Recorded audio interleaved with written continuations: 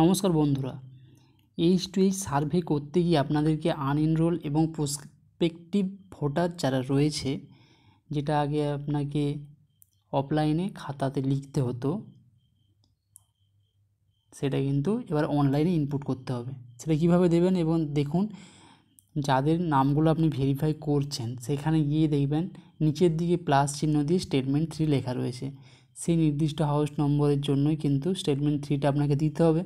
তাই আপনি plus চিহ্নটাই click করার সাথে সাথে আপনার কাছে এই ধরনের একটা ফর্ম ওপেন হয়ে যাবে, যেখানে লেখা রয়েছে স্টেটমেন্ট 3 আনএনরোলড অ্যান্ড প্রসপেক্টিভ ভোটার, অর্থাৎ যাদের 18 বছর হয়েছে এবং যারা 17+ তাদের প্রত্যেকের ডিটেলস কিন্তু এখানে দিতে হবে। প্রথমে দেখুন নম্বর আর name of the assembly constituency, eligible electors, part number, এগুলো কিন্তু লক রয়েছে।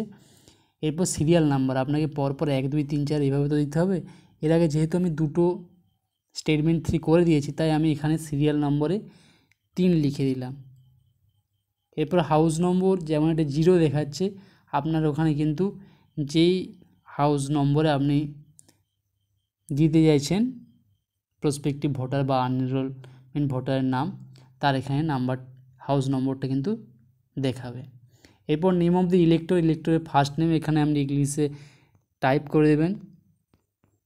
এরপর দেবেন এখানে রিজিওনাল নেম, নামটাও আপনাকে দিতে হবে। এরপর লাস্ট নেম যেটা রয়েছে সেটা দেবেন, তারপর রিজিওনাল নেম, তারপর হচ্ছে রিলেটিভ ডিটেলস, অর্থাৎ যার নামটা আপনি দিলেন তার বাবা মা বা হাজব্যান্ড ওয়াইফ বা আদার, যার নামটা কিন্তু ওই পার্টে এনরোল করা রয়েছে, তার ডিটেলস এখান থেকে রিলেশন টাইপটা নিয়ে নিতে হবে। যেমন ফাদার দিলাম, এরপর তার ফাদারের ফার্স্ট নেম, অর্থাৎ রিলেটিভ যে মেনশন করেছি ফাদার, তার প্রথম নামটা এখানে আমি লিখে দেব।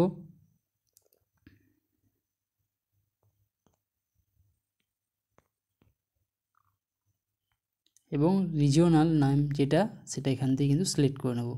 এবং যদি দেখা যায় রিজিওনাল নেম লিখতে যেটা আসছে ওটা যদি কোনো রকমভাবে স্পেলিং ভুল থেকে থাকে, বানান ভুল থেকে থাকে, সেটা আপনি কিন্তু কিবোর্ডে গিয়ে বানানটা ঠিক করতে পারবেন। এরপর চলে আসবেন জেন্ডার, জেন্ডার এখান থেকে কিন্তু সিলেক্ট করতে হবে। মেল ফিমেল বা থার্ড জেন্ডার যে ক্যাটাগরির মধ্যে পড়ছে সেটা আপনাকে এখানে সিলেক্ট করে নিতে হবে। এরপর রয়েছে age or date of birth, এখানে একটা ক্যালেন্ডার শো করবে, সেই ক্যালেন্ডার থেকে কিন্তু এটা আমি যেটা দিচ্ছি সেটা 17+ ক্যাটাগরির মধ্যে পড়ছে, তাই আমি ডেট অফ বার্থ এখানে দিয়ে দিলাম। এরপর ক্যাটাগরি অফ ডিসেবিলিটি, যদি পিডব্লিউডি হয়ে থাকে তাহলে ইয়েস করবেন। তারপর পিডব্লিউডি সার্টিফিকেট অনুযায়ী কত %, কোন ধরনের ডিসেবিলিটি রয়েছে সেটা দেবেন। এবং যদি পিডব্লিউডি ক্যান্ডিডেট না হয়ে থাকে তাহলে এটা নো করে দেবেন, আর কোনো কিছু দেখাবে না। এরপর আধার ডিটেলস, আধার নম্বরটা অবশ্যই এখানে ইনপুট করবেন। আমি যার নাম দিয়েছি তার আধার নাম্বার এখানে দিয়ে দেবো, এবং খুব যত্ন সহকারে কিন্তু আধার নম্বরটা দিতে হবে, কারণ আধার নম্বরটা একবার দিয়ে দেওয়ার পর কিন্তু প্রিভিউয়ে গিয়েও আপনি শুধুমাত্র লাস্ট 4টে সংখ্যাই কিন্তু দেখতে পাবেন। এরপর টেলিফোন নাম্বার, যেটা আপনি এখানে টাইপ করবেন।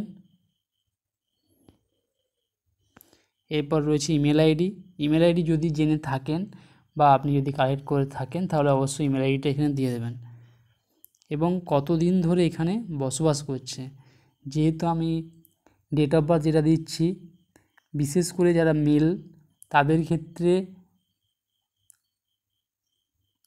তাদের ডেট অফ বার্থ যেটা দিচ্ছেন সেই ইয়ার থেকেই কিন্তু সেই জায়গায় যদি বসবাস করে সেটা আপনি দিয়ে দিলেন। এবার যদি কেউ বিবাহ সূত্রে চলে আসে, সেক্ষেত্রে তার নাম যখন আপনি এন্ট্রি করবেন সেখানে কিন্তু কতদিন আগে বিয়ে হয়েছে, মানে এই জায়গাটা যেটা জানতে চাইছে সেটা হচ্ছে কতদিন ধরে এই পার্টে বসবাস করছে, সেই ইয়ারটা কিন্তু এখানে উল্লেখ করতে হবে। এরপর সেকশন অ্যান্ড নেম, এখানে যে ড্রপডাউন বক্স থেকে হাত দিলে অটোমেটিক আপনার যে পার্ট নম্বর রয়েছে সেটা কিন্তু এখানে শো করবে। এরপর আপনি প্রিভিউ করে দেখে নিলেন যে সব ঠিকঠাক রয়েছে কি না, যদি ঠিকঠাক থাকে তাহলে আপনি সেভ করবেন। আর যদি দেখা যায় কোনো রকম প্রিভিউয়ে গিয়ে ডেটা ভুল রয়েছে তাহলে আপনি রিসেট করে আবার নতুন করে দিয়ে দেবেন তথ্যগুলো।